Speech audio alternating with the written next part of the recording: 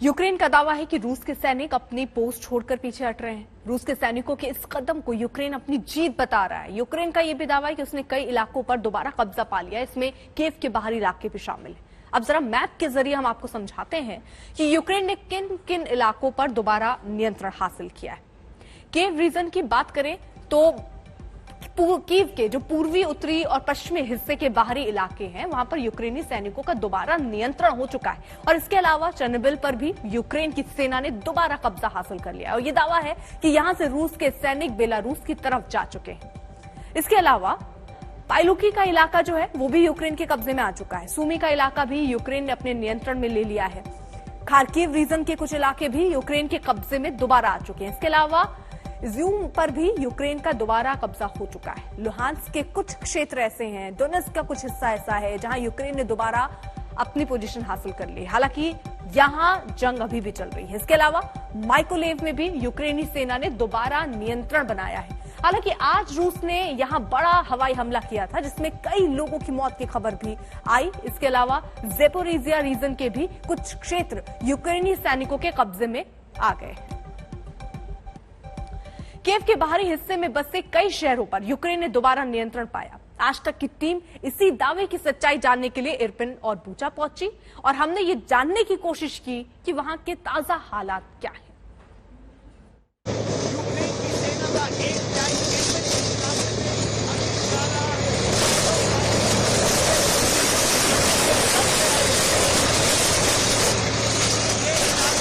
अब तक रूस के कब्जे में था, लेकिन रूस के कब्जे के बाद अब पहली बार है जब यूक्रेन की सेना अब इन इलाकों में आ रही है। हालांकि यहाँ खतरा बहुत जबरदस्त है क्योंकि एंटी टैंक माइंस अभी इन सड़कों पर है, एंटी पर्सनल माइंस है। और ये पहली बार है जब यूक्रेन की सेना और पुलिस इन इलाकों में आ रही है और जो लोग यहाँ फंसे हो सकते हैं उनको निकालने का प्रयास किया जाएगा।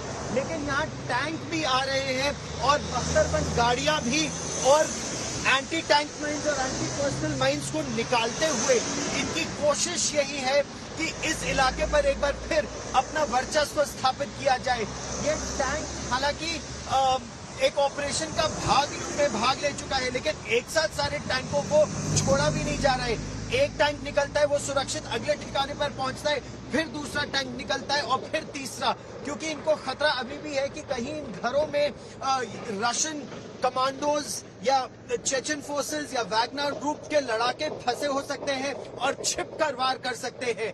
दोनों ही तरफ से अभी इरपिन के इस इलाके में बहुत ज्यादा तनाव है क्योंकि रूस की सेना पीछे तो हटी है, लेकिन पूरी तरह से पीछे हटी है या नहीं ये मालूम नहीं। दूसरी बात ये भी नहीं पता कि कहीं बारूदी सुरंग लगाकर एंटी टैंक माइंस या एंटी पर्सनल माइंस लगाकर उनकी सेना आगे बढ़ी हो। और इसीलिए टैंक जब एक सुरक्षित स्थान पर पहुंच जाता है तभी दूसरे टैंक को निकाला जाता है। इस इलाके में काफी टैंक वॉरफेयर पिछले कई दिनों में हुआ है और इरपिन का ये इलाका अभी बहुत खतरनाक समझा जा रहा है क्योंकि यहाँ पर डीमाइनिंग ऑपरेशंस अभी शुरू हुए हैं।